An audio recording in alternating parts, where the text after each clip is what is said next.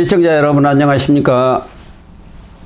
2월 4일 시사정담 시작하겠습니다. 백기종 시사평론가님 나오셨습니다. 백 교수님, 이 설 지나고 여론조사가 하나가 나왔어요. 그러니까 2일과 3일 펜앤드마이크가 여론조사 전문기관 여론조사 공정에 의뢰해서 나온 이 여론조사 결과를 보면은 윤석열 대통령에 대한 지지도가 51.0%로 그러니까 골든 크로스가 이루어진 거예요. 아마 이렇게 50%가 넘는 여론조사 결과는 처음이 아닌가 이렇게 보여지는데 지난주보다는 2.9% 올랐고 지지하지 않는다는 47.8%로 4.2%가 떨어졌어요. 그리고 지역별로도 보면은 서울하고 호남 이 두 곳을 제외하고는 지지한다가 다 50%를 넘었습니다. 인천, 경기도 50%를 넘었어요. 그리고 정당 지지도도 국민의힘이 49.3%, 민주당이 37.1%. 그래가지고 격차가 12.2%면 뭐 오차범위를 한참 벗어났고, 여기에서도 호남을 제외하고 전 지역에서 이 국민의힘이 민주당을 앞선 것으로 이렇게 나왔습니다. 이 여론조사의 신뢰성 문제는 다소 제기될 수는 있겠지만 전반적인 추세만큼은 그런 방향으로 지금 그렇죠. 윤석열 대통령에 대한 지지율이 가파르게 계속 상승하고 있다. 그 유명한 전환길 강사는 60%까지 오를 것이다. 이렇게 얘기를 했는데 만약 50%가 다른 유력 여론조사 갤럽이라든가 뭐 이런 데서까지도 MBS라든가 나오는 경우 현실적으로 탄핵이 불가한 수치가 아니냐 이런 얘기까지 나오고 있는데 어떻게 보세요? 그렇습니다. 이 탄핵 불가 수치라고 하는 부분은 예를 들어서 이제 과반이 넘어가는 지지율이 국민들로부터 있을 때 헌재가 기각을 하느냐 인용을 하느냐에 상당한 요인이 될 가능성이 있습니다. 왜 그러냐면 예를 들어서 계엄이 불법이고 이원성이 있다, 입법성이 있다라는 그런 기조가 이제 있었지 않습니까? 그런데 부정선거 그 부분이 상당히 지금 이 전파가 되면서 그럴 수도 있겠다라고 하는 국민들 인식이 많이 바뀌어가고 있는 거거든요. 그렇습니다. 그렇기 때문에 계엄 자체는 사실은 국가의 경제라든가 여러 가지 그 상황으로 봐서 혼란에 좀 빠뜨릴 위험이 있지만 그 이후에 제기되는 이런 문제가 상당히 부정적인 요소가 국민들로부터 인식을 바꾸는 계기가 됐다 이렇게 보는 거거든요. 결국은 물론 보수 우파의 그 결집이나 응집력이 아무래도 진보나 좌파 쪽보다 훨씬 지금 강한 그립을 가지고 있죠. 그렇습니다. 대통령이 구속이 돼 있는 상태이기 때문에 그런데 계엄은 잘못됐다라고 하는 일반적인 여론에 앞서서 지금 보수 우파의 결집도가 낮아진 상태인데 부정선거론이 지금 굉장히 뜨고 있잖아요. 이런 부분이 결국은 보수 우파들의 응집력이나 결집력을 높이고 있는 요인이다. 이렇게 보기 때문에 그러는 상황에서 2030들의 상당한 지지가 지금 만회되고 있지 않습니까? 이런 부분들이 국민들로부터 굉장히 그 인식이 되고 있으면서 긍정적인 요소로 바뀐다. 그래서 결국은 비록 지금 체포영장이 발부돼 있다고 하더라도 여러 가지 그 불법적인 요소나 부적절한 요소가 있었지 않습니까? 그런 부분이 국민들로부터 인식의 전환을 가져오는 결과다. 이렇게 보는 거죠. 또 하나는 윤석열 대통령이 취한 그런 비상계엄에 대해서는 상당수 국민들이 잘못된 것 아니냐 하면서도 그 내용을 그동안 그렇습니다. 쭉 윤석열 대통령 측에서 여론전을 해왔잖아요. 거기에 대해서 들어보니까 대처 계엄을 안 할 수가 없었네. 이러한 인식들도 보수 우파를 중심으로 해서 확산이 많이 되고 있는 것 같아요. 말씀하신 것처럼 이제 소위 35번이 넘는 줄탄핵이라든가 그다음에 이제 국회에서 일당 독주나 입법 독재를 하는 이런 부분들이 국민들에게 상당히 피로감을 주고 있고 그다음에 이제 대통령이 주장하는 그런 어떤 부분들이 국민들부터 맞아 서로 국정의 동반자로서 협력하는 관계여야 하는데 민주당에 반하는 정서가 있으면 모두 탄핵을 제기하고 그다음에 입법 독주를 해서 결국 국정의 발목을 잡았다라고 하는 부분들이 지금 전체적인 의식에 확산이 되고 있다라고 하는 이런 결과가 있다 이렇게 보는 거죠. 그러니까 이 갤럽에서 세계일보가 의뢰해서 조사한 내용을 보면은 정치 양극화 이 갈등에 책임이 누가 있느냐? 1위가 이재명이에요. 네. 28%. 네. 윤석열 대통령은 14%입니다. 배가 이재명한테 넣고 또 여론조사 전문기관인 한국여론평판연구소라든가 네. 코리아 리서치에서 조사한 그 결과를 보면은 민주당이 국정의 발목을 잡는다. 이 여론조사에서도 48 내지 51%가 발목을 잡는다. 이렇게 응답을 하고 있습니다. 말씀하신 것처럼 총선에서 거의 야권의 192석이라는 거대 야권 의석을 몰아준 것은 사실은 여러 가지 요인도 있겠지만 결국은 국민들이 내재적으로 국힘 쪽에 이 지지를 보내는 것보다 야권의 지지를 보내는 그런 정치적인 그 요소가 물론 있었죠. 예. 그럼에도 불구하고 거대 야권이 전부 이 국정 발목을 잡는데 동력을 추동력을 발휘하라는 뜻은 아니었거든요. 그렇죠. 예, 정말 국정의 동반자로서 협력할 건 협력하고 그래야 되는데 모두 그 입법 독재, 입법 독주를 펼치면서 국민들의 피로가 굉장히 높아졌다고 하는 부분이고 지금 계엄은 잘못됐다라고 하는 인식이 있지만 결국 지적하셨듯이 대통령이 계속해서 주장하는 부정선거래나 국정의 발목을 잡는 이런 부분들이 사실은 국민들한테 이 피로감에 충족하는 그런 발언이었거든요. 그렇기 때문에 이런 부분들이 결국은 개선이 돼야 된다고 하는 부분. 그러니까 여론조사에서도 지금 계엄 전국에서 야권이나 이재명 대표의 지지율이 박스권에 갇혀 있다는 건 뭘 의미하겠습니까? 예. 그동안에 국민들로부터 정말 야권의 거대 야당이 이 국정의 어떤 동력이 되는 게 아니라 오히려 국정의 발목을 잡는 요소가 됐다라고 하는 이런 인식들이 훨씬 크다라는 거죠. 그렇죠. 결국 그런 부분들이 이 야권과 이재명 대표의 그 박스권에 갇힌 지지율밖에 나오지 않는다. 그런 부분의 반사작용으로 현재 윤석열 대통령의 지지율이나 국힘 지지율이 계속 상승하고 있다. 이렇게 분석할 수가 있죠. 뭐 국민의힘은 자기들이 뭐 잘해가지고 지지율 상승하는 것은 거의 없는 것 같고 윤석열 대통령에 대한 지지율에 동반 상승은 지금 편승한 상승 아니겠습니까? 그러면서 국민의힘으로서는 참 딜레마적인 상황인 것 같아요. 최근에도 네. 전환기 씨라고 역사 강사 유명한 그분이 전국적인 지금 선풍을 일으키고 있지 않습니까? 그래서 국민의힘 내에서는 물론이고 우리 국민들 사이에서도 전환길 한 사람이 108명의 국민의힘 의원보다 낫다. 영향력이 훨씬 더 크지 않느냐. 그런 지금 자조적인 그런 평가까지 나오고 있는데 지난 주말에 부산 집회에서도 엄청난 인파가 그 빗속에 모였지 않습니까? 뭐 경찰 추산 한 1만 5천인데 뭐 자기들은 한 5만 명 왔다는데 어쨌든 인산인해를 이룰 정도로 많은 호응을 보였단 말이에요.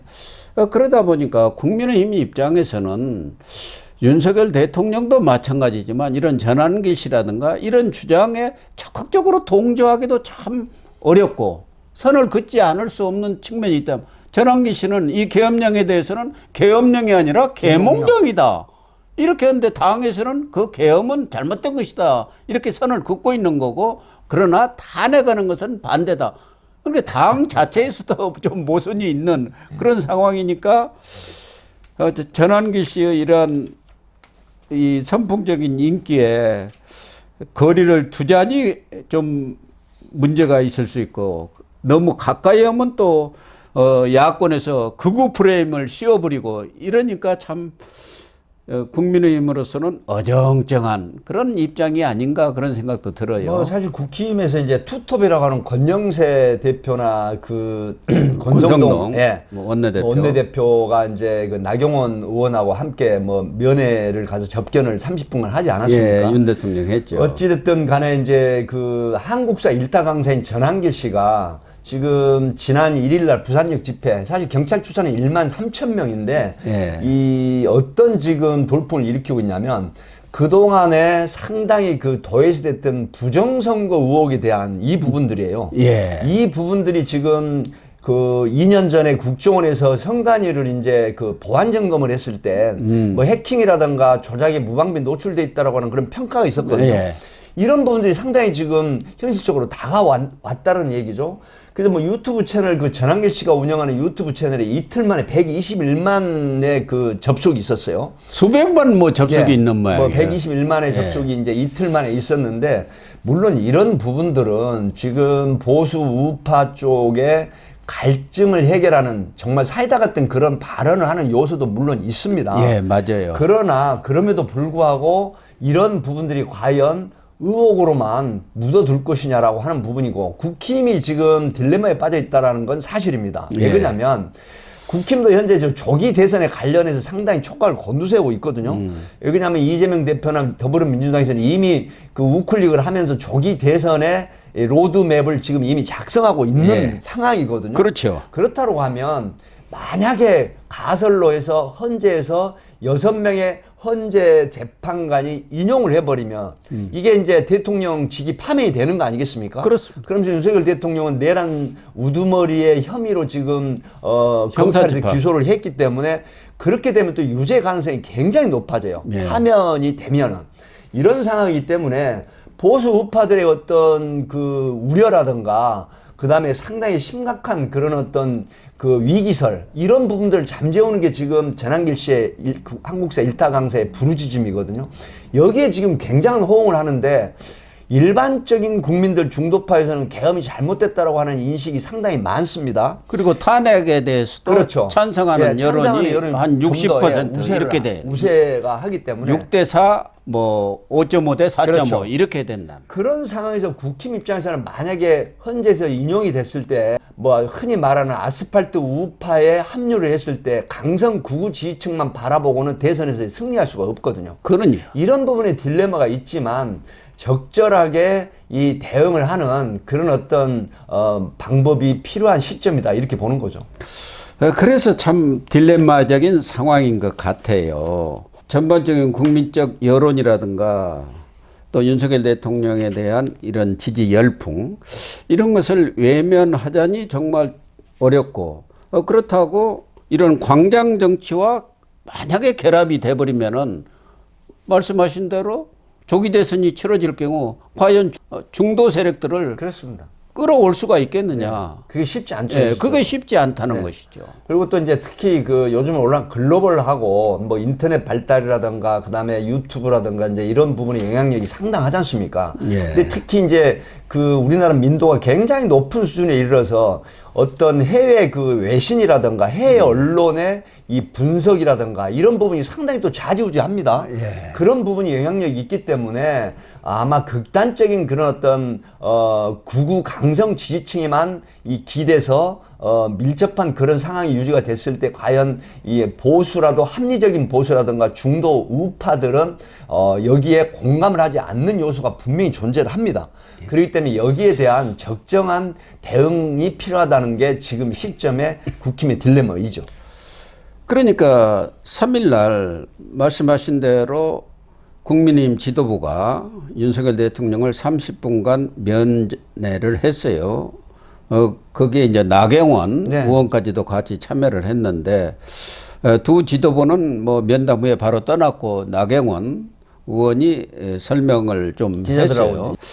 거기 보면은 아무래도 윤석열 대통령 입장에서는 지도부의 그런 고심을 배려한 측면도 있겠지만 나경원 의원이 적극적으로 윤석열 대통령의 탄핵 심판이라든가 또 공수처 체포 과정의 그런 절차적 하자를 집중적으로 문제 제기를 했고 또 한남동 관저협회 시위에도 참여를 했기 때문에 나경원 의원을 더 좀 믿는 것 아닌가.